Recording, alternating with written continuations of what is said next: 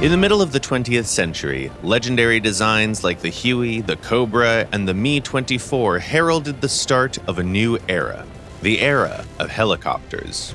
Combat vehicles perfectly suited for the purposes of lightning-fast air support. New helicopter designs were being developed by superpower states as well as many other countries with advanced defense capabilities, like West Germany, France, and naturally, the United Kingdom. Which is perfect because today we're going to speak specifically about British helicopters. Historically speaking, the biggest contributor to the British industry of military helicopters was a company called Westland. It was originally an airplane manufacturer, but in the 1950s, Westland created a special division that would specialize in producing rotorcraft.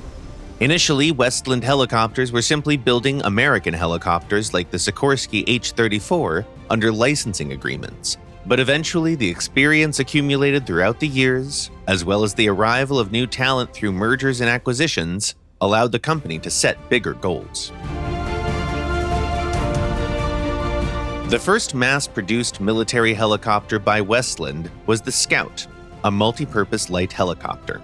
The original concept for the vehicle was developed by a company called Saunders Roe, which was merged into Westland at the end of the 1950s. There was even a progenitor model, the P-531, which was also a general-purpose helicopter, but Saunders Roe had time to build only a few prototypes.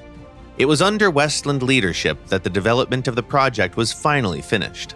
Engineers equipped the helicopter with a Bristol Siddeley Nimbus, a British turboshaft engine, designed a very robust undercarriage outfitted with skids, and also designed the cabin in such a way that the helicopter could be used for search and rescue, reconnaissance, and medical evacuation. The Scout was accepted into service in 1960. In War Thunder, we have the anti-tank variant of the helicopter, armed with the Nord AS-11 missile. This version of the Scout was used in the Falklands War, for example. The helicopter remained in service for several decades. It proved to be a reliable and robust general-purpose military helicopter, even though it wasn't completely without flaws. For instance, the cockpit ergonomics were far from perfect. While making the Scout, Westland also developed a naval-oriented model, the Westland Wasp. It can be easily distinguished from the Scout due to the fact that its undercarriage is equipped with wheels instead of skids.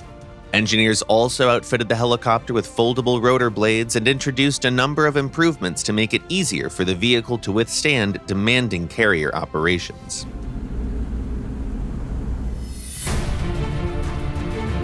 By the mid-1960s, Westland effectively became the main designer and manufacturer of combat helicopters in the UK, so it's hardly surprising that it was Westland that was tasked with developing a new multi-purpose military helicopter to replace the aging Scout.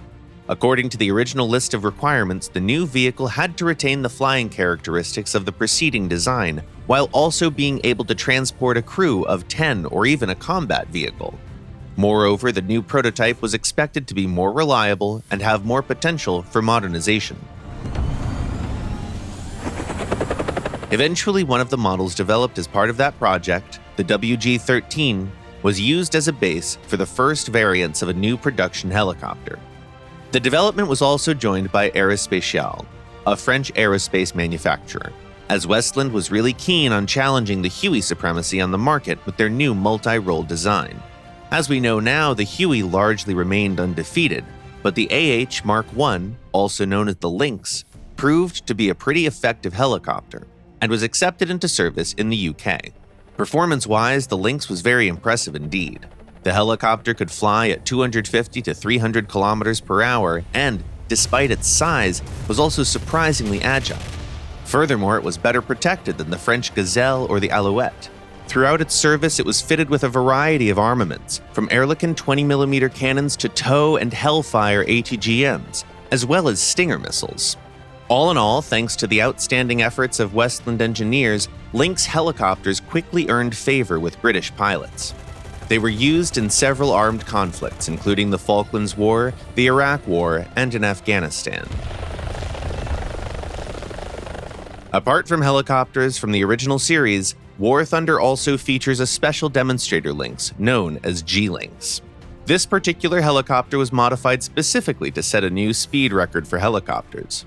It was fitted with more powerful Rolls-Royce engines rated at around 1,200 horsepower, a new transmission, and composite rotor blades.